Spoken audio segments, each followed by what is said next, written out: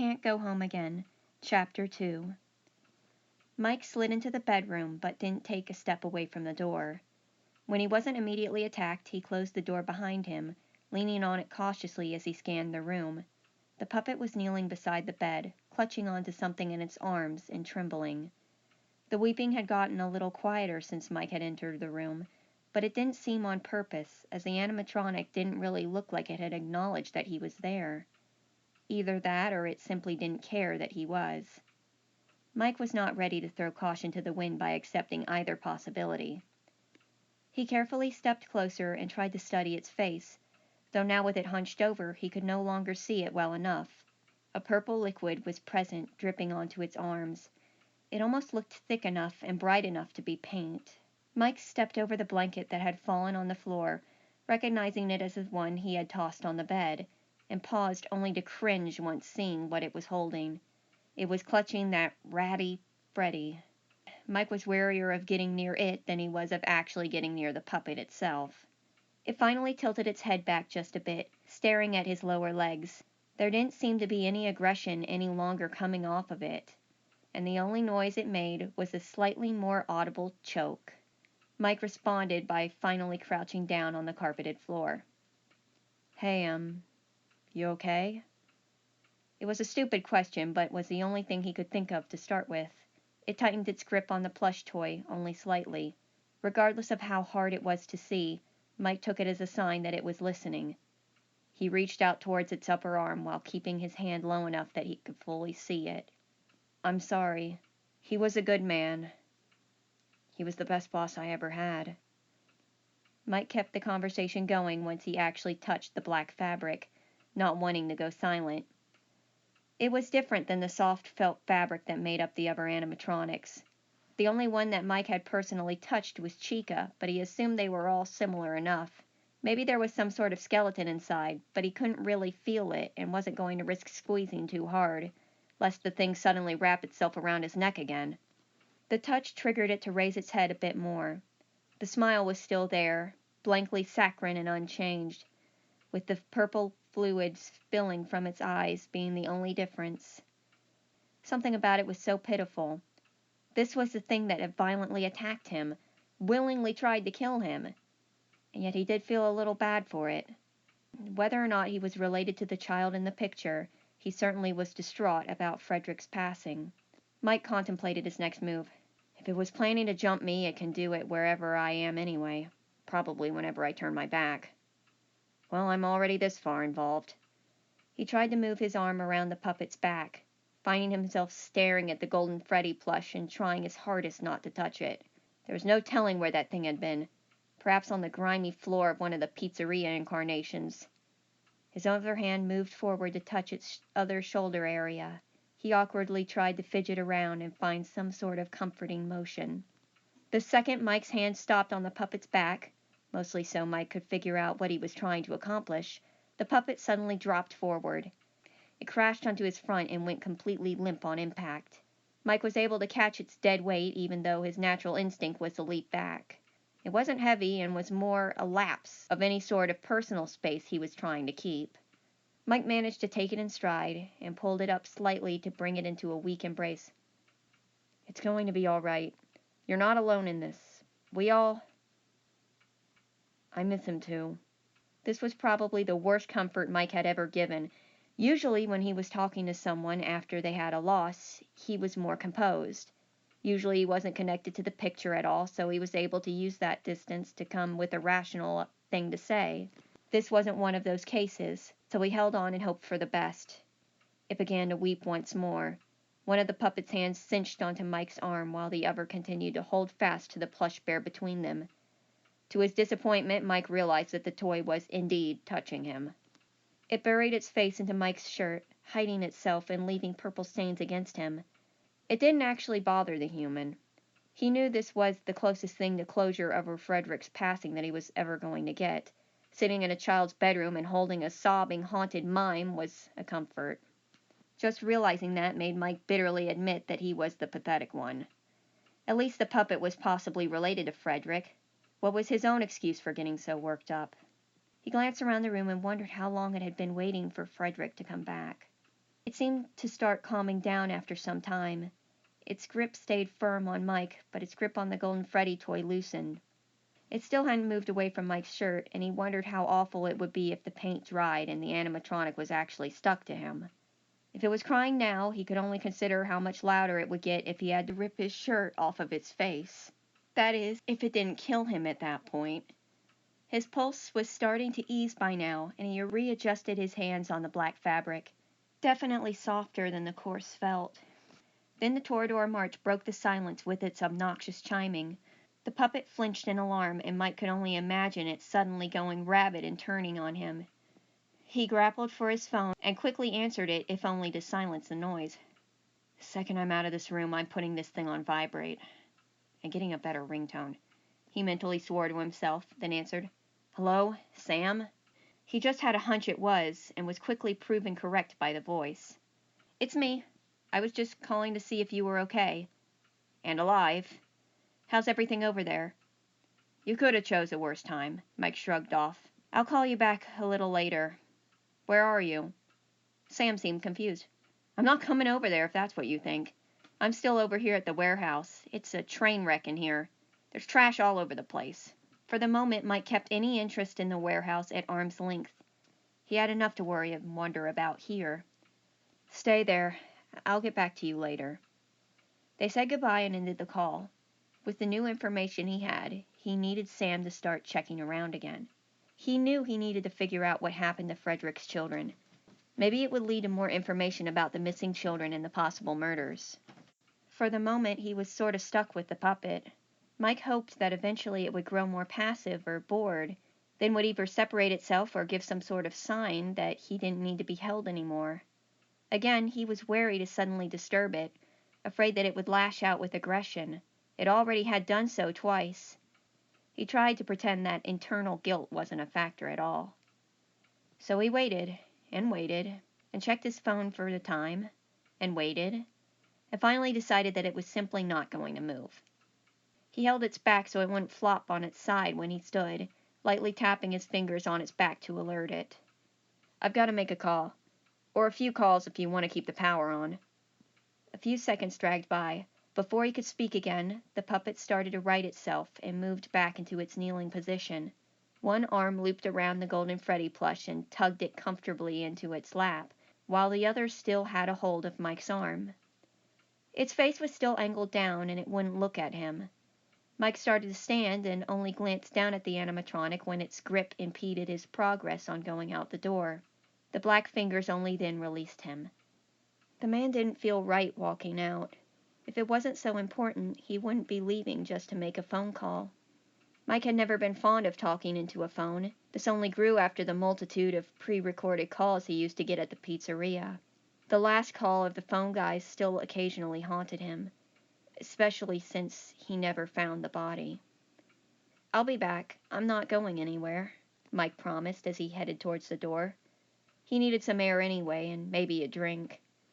He glanced back from the door, and only now did the puppet have its head lifted. It stared at the former security guard's back as he was leaving. The only relief that Mike got from this was noticing that the tears had seemed to stop.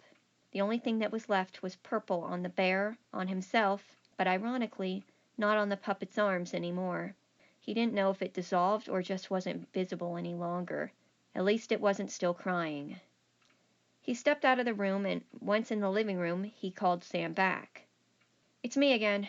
It's a long story, but I need you to look for any sort of paperwork you can find floating around, all right?" Sam was a little surprised at the command rushed on him. "Sure, whatever you say. Got any particular requests in mind?" Of course, Mike did have a few. "I need anything you can get on the puppet, and whatever's in there on Frederick's kids." The other male was silent, and Mike insisted, "It's got some significance. We'll deal with that later." Thankfully, Sam didn't pry. "I'll get on it. Are you leaving soon?" Sam asked. The question drew an immediate blank for Mike, and he had absolutely no idea how to answer. No. I have to make some calls before they shut off the lights and water, so I'm probably not leaving anytime soon. Just call my cell. I'll be here." With that, they hung up shortly afterwards. Mike then headed in the kitchen to see if he could find some numbers to start sorting out the issues. Unfortunately, most of the drawers were empty of anything useful, and he eventually gave up and decided instead to try and wash some of the purple substance off his shirt. He turned on the water in the sink, searched around for some sort of paper towel, and then noticed out of the corner of his eye that the puppet had followed him. It was beside the entrance to the hallway in the living room. It now stood at full height, hovering above the floor, looking almost identical to how it did when it chased him out the door, except for one of its hands clutching onto the Golden Freddy toy. Mike stared back and waited to see if it went to do something, if it was going to suddenly decide to drive him out of the house. Instead, it just stood there and watched. He finally looked away to search for some paper towels or something. When he looked back a few moments later, the puppet was closer. This repeated twice more as he searched the pantry and the upper cabinets. It was halfway across the living room, then at the entrance to the kitchen, then just a few inches closer. Every glimpse Mike had of it was a bit closer. Maybe he trusted it a slight bit more and was sympathetic towards it, but that didn't make this game of red light, green light any less unnerving. It got to the point when he just decided to face it head on and address it directly. He stood in front of the sink and braced himself before turning back fully, but now it was gone. He scanned the rooms quickly and then shrugged it off well enough, letting down his guard again to kneel down and check under the sink. Did everything in this house just vanish? How can there not be? He was only speaking as a sort of self-comfort, though cut off when he noticed an old dish rag crumpled up to the side. This looks good enough. It wasn't moldy or anything, so it would work. He glanced over his shoulder. The puppet was still not sneaking up on him. I'll just check the pipes while I'm down here, he muttered out and started shining his little flashlight over the pipe that clearly didn't need any attention. Anything to just... Looks like it's time for adventure! Mike's head slammed into the sink as he jumped, his hands struggling to get a grip on anything so he could pull himself out of the trapped space. Pulse racing, he directed his eyes to the living room and saw the source of the sudden voice and music. The TV was on and playing that Fredbear cartoon. It had been Fredbear himself who had been speaking, and blasting just a little too loud. He groaned with a mix of frustration and relief, rubbing his head lightly and heading into the living room to see what exactly turned the TV on. He wasn't surprised that it was the puppet. He wasn't even surprised that the puppet was kneeling in front of the couch. But he was a little surprised that it was staring at him as he appeared behind the couch. Its head was twisted at an angle that was definitely not possible for anything that actually used its neck to survive. It was staring him down, and he stood there unwavering, just not making eye contact. If it had eyes. Instead, he watched the cartoon on the TV and had some sort of flash of memory. By the time Foxy was on TV, Mike was on the couch and now was legitimately able to ignore the animatronic in the room. It stopped staring at him after about 10 or 15 more minutes. The episodes were standard length of 30 minutes, with 2 15-minute segments making each episode. Basically, the plot was Fredbear and friends going on adventures, so it was pretty standard. Though Mike did have a rather underwhelming revelation halfway. So, is Golden Freddy just Fredbear and I've been calling him something else? At this point, he decided that he had stagnated too long and considered doing something more. He looks distracted enough where he is. Maybe I can take off for a while. Getting some time away from the house seemed like a good idea. Honestly, Mike thought it would be healthy to get home and get a locked door and 4 walls between him and the entire situation. Not specifically the puppet, but everything in general. The death, the house, Frederick. His thoughts suddenly changed as he noticed something. Why was it hiding in the closet if it had a box? Mike started to stand and circled the back of the couch to head down the hall. He knew the second it started staring at his back. He could simply feel it. Yet he stepped into the master bedroom and crossed to the open closet, looking around inside. At first glance, there wasn't much there that looked important. There were hanging clothes, some boxes on the floor, an attic entrance on the roof, and then his eyes landed on a file cabinet pushed against the back. He moved the coats aside and leaned in. The puppet was probably moving in or out of the attic when Mike appeared, he assumed, and this file cabinet was probably just here on coincidence. If it had been protecting the file cabinet, it would have acknowledged him coming back here and reacted. Inside the upper drawer, there were many labeled files with tags such as taxes, with a date, employees, and many more remaining files that didn't seem too important. Mike did check the employee file, though, and managed to find both something on Sam and a brief blurb about himself, but it only labeled him working for his first week. There's nothing here. Mike felt a little frustration as he closed the drawer and moved to the lower one. This is all just standard paperwork that Frederick would have had. I think I'm overestimating my chances. Then he caught a glimpse of the file in the lower drawer. Oh, this is interesting. Each envelope was tagged with an animatronic's name. Some even had abbreviations, such as Toy or Spring, after their names, as though to categorize them. In the back there were at least 9 or 10 files listing animatronics that Mike had never seen nor heard of. He took out one labeled Fredbear and flipped it open, shining a light down upon it. Fredbear. Date created, date retired. Bear, as though I didn't know that. Discontinued and to be replaced with Freddy Fazbear. Original Fredbear animatronic has been deconstructed for parts. Springlock suit Fredbear is still intact, no longer in use. Endoskeleton to be removed in near future. Mike frowned and closed the file. But that's not why they stopped Fredbear, was it? Wait. He looked back again. Springlock suit. If Fredbear's animatronic is gone, then is the suit? He checked the files and eventually found the Fredbear Spring labeled file and glanced into it. So this is Golden Freddy. There wasn't a picture, but under color the suit was labeled as being yellow. Explains why he was always laying down. Why did they keep this one? He glanced down at the information following, but he couldn't find anything direct. There was a vague hint near the bottom.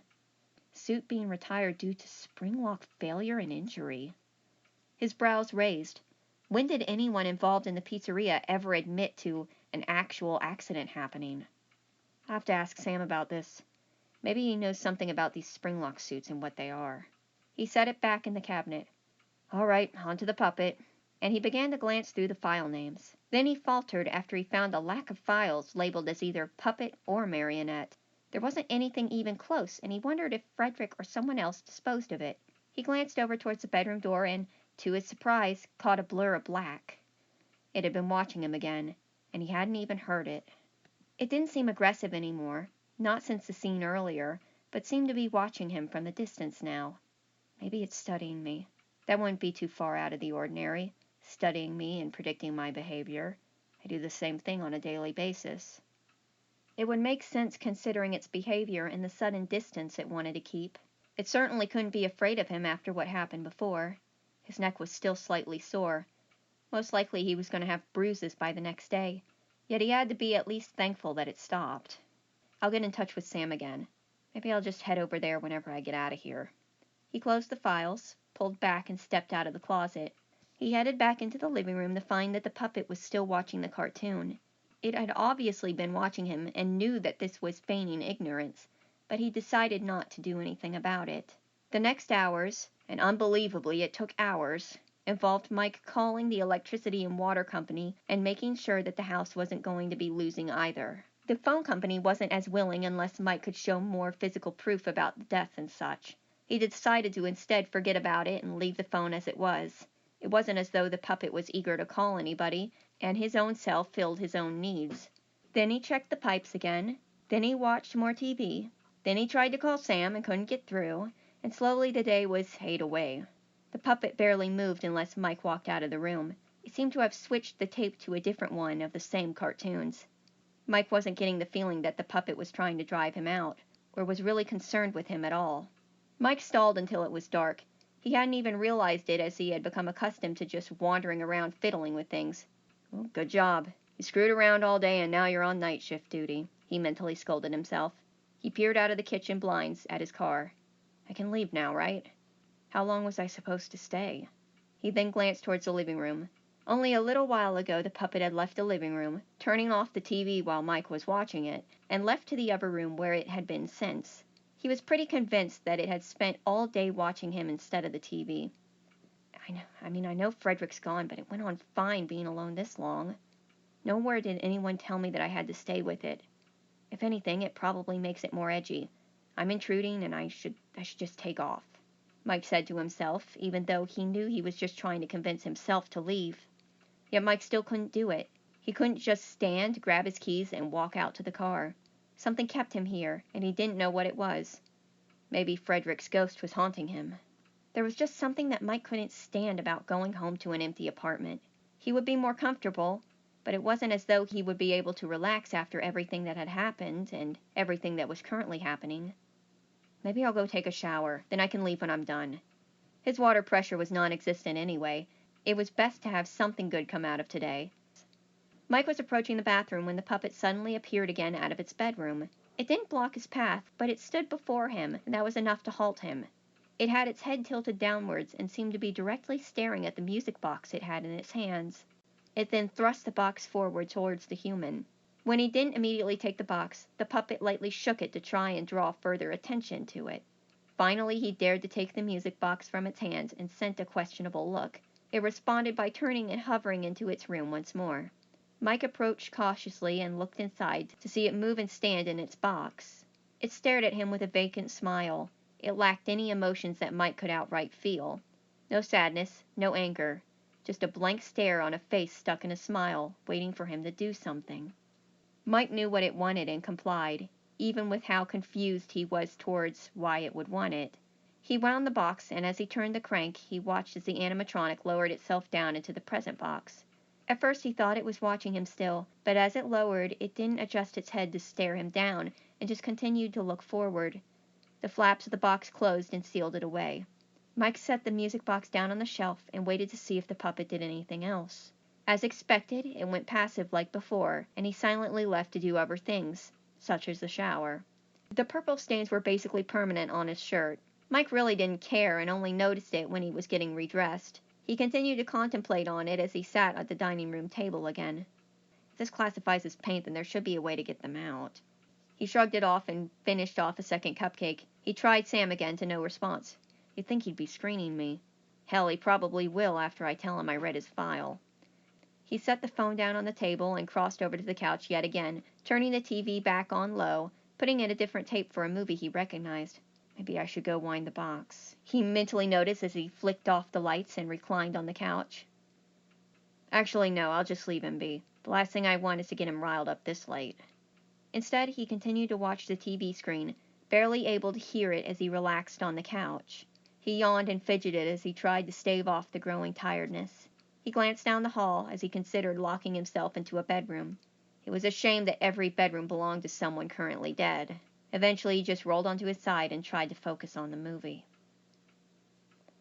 Mike awoke to a start on the couch. He blinked, panted lightly, tried to rein in his pulse, and recognized what awoke him with such a start.